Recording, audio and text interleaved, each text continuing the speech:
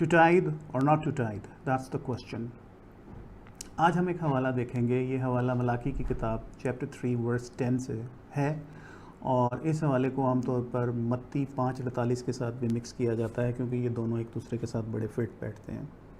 हम ये देखने की कोशिश करेंगे कि मलाकी 3:10 एक्चुअली है क्या, इसकी इम्प्लिकेशंस क्या हैं, मलाकी 3:10 को किस तरह से समझा जाता है, और जो कन्फ्यूजन्स हैं वो क्या हैं, और इसकी टीचिंग्स क्या हैं।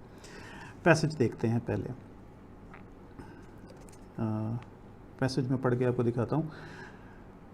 मलाकी 3:10, पूरी दयकी ज़ख़ीरा खाना में लाओ ताकि मेरे घर में खुराक हो, और इसी से मेरा इम्तिहान करो। रब्बुल फ़ाज फरमाता है कि मैं तुम पर आसमान के दरीचों को खोल कर बरकत बरसाता हूँ कि नहीं, यहाँ तक कि तुम्हारे पास उसके लिए जगह ना रहे।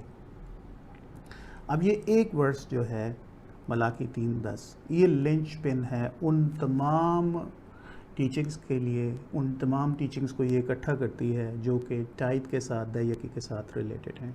और इसी एक वर्स की बेसिस के ऊपर ओवर द ईयर्स चर्च के साथ रिलेटेड लोगों ने हज़ारों नहीं, लाखों नहीं, बल्कि करोड़ों डॉलर्स, यूरोस और रुपीस दिए हैं। और ये एक तरह की एक्सटॉर्शन है उन लोगों के बिहाफ पे जो चर्च से रिलेटेड रहे हैं, और उन्होंने किस तरह से अपनी जमातों को लूटा है। अब एक्सटॉर्शन का लफ्ज़ जो मैंने यूज़ किया है ये बड़ा भारी लफ्ज़ है, लेकिन एक्सटॉर्शन का लफ्ज़ मैंने इसलिए इस्तेमाल किया है कि extortion means something which is done because of the fear. और मलाकी 3:10 को जो है इस तरह से पेश किया जाता रहा है कि अगर तुमने टाइथ ना दी, दयकी ना दी, तो God is going to come after you, and it's actually not right. Chapter 1 में हम देखते हैं कि लोग खुदा से शिकायत करते हैं कि तूने हमसे प्यार करना छोड़ दिया है। खुदा उनको जवाब देता है कि मैंने याकूब से मोहब्बत रखी, हालांकि ईसाऊ उससे उम्र में बड़ा था।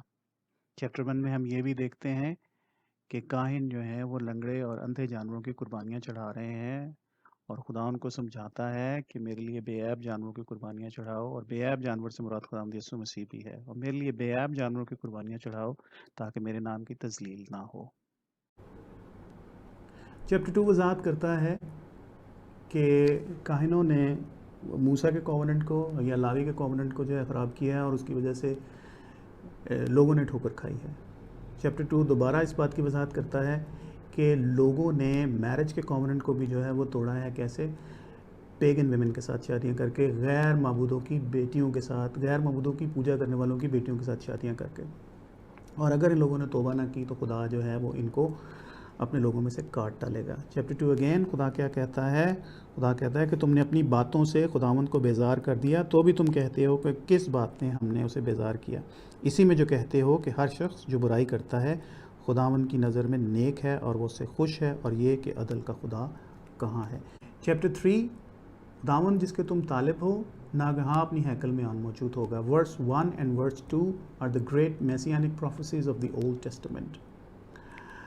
और चैप्टर 3 में हम ये भी देखते हैं कि काहिनों और लोगों ने, दोनों ने जो है वो अपनी राहें खुदा की राहों से जुदा कर ली हैं। काहिनों ने कैसे? काहिनों ने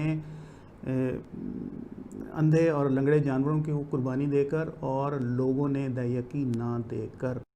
चैप्टर 3 फर्दर, तुमने कहा कि खुदा की इबादत करना अबस है, रब्बुल अफ़वाज के अहकाम पर अमल करना और उसके हुज़ूर मातम करना ला हासिल है। चैप्टर 3 ख़त्म कहाँ पे होता जाके? खुदा से डरते और उसके नाम को याद करते थे, उसके हुज़ूर यादगार का दफ्तर लिखा गया। चैप्टर 4 खुदावन के अजीम दिन की आमद का ऐलान करता है, और साथ में ही चैप्टर 4 जो है वो क्लोज़ होता है कहाँ पे? कि तुम मेरे बंदा मूसा की शरीयत यानी उन फ़राइज़ और अहकाम को जो मैंने हुरब पर तमाम बनी इसराइल के लिए फरमाए याद रखो। क्लियरली मलाकी का जो मैसेज है वो अपने लोगों के लिए है, और उन लोगों के लिए है जो मूसा के कॉवेनेंट के मातहत हैं। वो लोग जो मूसवी शरीयत के मातहत हैं, ये मैसेज उन लोगों के लिए है। और मैसेज क्या है? मैसेज बिल्कुल वही है कि तुम मेरे बंदा मूसा की शरीयत यानी उन फ़राइज़ और अहकाम को जो मैंने हुरब पर तमाम बनी इसराइल के लिए फरमाए याद रखो। अब ये मलाकी किन लोगों से बात कर रहा है? उन लोगों से बात कर रहा है जो मूसा की शरीयत के मातहत हैं। उन लोगों से बात नहीं कर रहा जो मूसा की शरीयत के मातहत नहीं हैं। अब ये प्रिटेंड करना कि मलाकी जो है वो टाइथ के बारे में बात कर रहा है, ये एक बड़ी अजीब सी बात है, क्योंकि मलाकी सिर्फ टाइद के बारे में बात नहीं कर रहा। अगर वो टाइद के बारे में बात कर भी रहा है तो उन लोगों से बात कर रहा है जो मूसा की शरीयत के मातहत हैं। और मूसा की शरीयत में ये बिल्कुल चीज़ जो थी ये क्लियर थी कि लोगों के ऊपर एक टैक्स लगा हुआ था जिसको वो टाइद कहते थे, और वो टैक्स जो है वो यूज़ होता था किस काम के लिए? वो सपोर्ट के लिए, लावी के कबीले की सपोर्ट के लिए इस्तेमाल होता था, वो बेवाओं के लिए इस्तेमाल होता था, वो यतीमों के लिए इस्तेमाल होता था, और उन मुसाफिरों के लिए जो उस इलाका में से गुजरते थे। हम जो है वो मूसा की शरीयत के मातहत नहीं हैं, और इसलिए टाइद हमारे ऊपर जो है वो लागू नहीं होती। वैसे तो बहुत से हवाले हैं, लेकिन एक हवाला जो है वो बहुत मशहूर हवाला है, और वो इफ्सियों चैप्टर 2 वर्स 14 और 15 है। इफ्सियों 2:14-15 क्या कहता है? क्योंकि वही हमारी सुलह है जिसने दोनों को एक कर लिया और जुदाई की दीवार को जो बीच में थी ढा दिया। चनाचे उसने अपने जिस्म के ज़रिए से दुश्मनी यानी वो शरीयत जिसके हुक्म ज़ाब्तों के तौर पर थे मौकूफ़ कर दी, ताकि दोनों से अपने आप में एक नया इंसान पैदा करके सुलह करा दे। So clearly we are not obligated to pay tithe. Tithing was not actually part of the church after Jesus.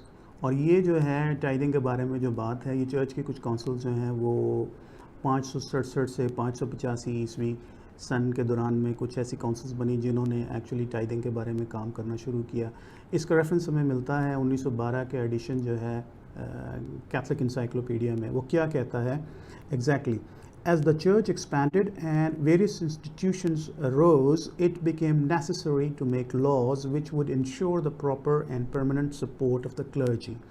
The payment of tithes were adopted from the old law, and early writers speak of it as a divine ordinance and an obligation of the conscience.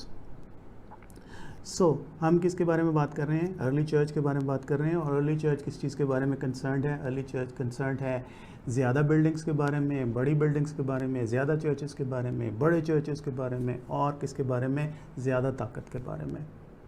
और जो रज़ाकाराना तौर पर लोग नजराने और हदिये देते थे वो नाकाफ़ी थे ये सब कुछ करने के लिए। तो किसी ने बीच में ये चुटकुला छोड़ दिया कि चलो जी टाइद लेते हैं, और लिटरली टाइद जो थी वो पुराने नामे में मौजूद थी। तो वहाँ से उठा के बीच में से एक दो आयतें इधर उधर से पकड़ के टाइद का जो है वो कानून पास कर दिया गया, और उसको फिट कर दिया। और यहाँ तक फिट कर दिया कि बाद में तो ये कानून बना दिया कि जो लोग टाइद नहीं देते उनको चर्च से निकाल देते थे, और बाज़ को तो ये भी इंदिया दे दिया जाता था कि तुम दोज़खी हो गए, अब तुम दोज़ख में ही जाओगे। अब हमें करना क्या है? हमें वो करना है जो पॉल ने 2 कोरिन्थियन चैप्टर 8 और 9 में हमें सिखाया है। प्लान्ड हदिये और नजराने देने हैं, विदाउट कंपल्शन देने हैं, खुशी के साथ देने हैं, और जो कुछ हमारे पास है उसी में से देने हैं। यानी ये एक वॉलंटरी चीज़ है, और ये वो ग्रेस है, वो फजल है जो खुदावंद यीशु मसीह के वसीले से पाक रूह में हमें मिला है, और हमें इसी के अंदर चलना है। और खुदावंद का पाक रूह ही हमें सिखाएगा कि हमें कितना और कैसे देना है। अब इसमें ये मिक्स करना, खौफ मिक्स करना और इस तरह की चीज़ें इधर उधर से पकड़ के डालना जो है वो इंजील की जो सिंपल और बेसिक तालीमात हैं उसके बिल्कुल अगेंस्ट है। हमें उस फजल में चलना है जो ईमान लाने से हमें मिला है, और रूह को इजाज़त देनी है कि वो हमें सिखाए कि हमें किस तरह से देना है और कहाँ पे देना है और कितना देना है।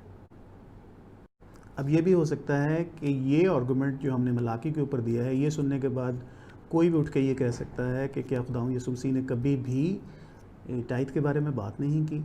और वो आम तौर पर यही रेफरेंस देते हैं मत्ती की इंजील में से 23 बाब 23 और 24 आयत। 23 और 24 आयत क्या है मत्ती की इंजील में से?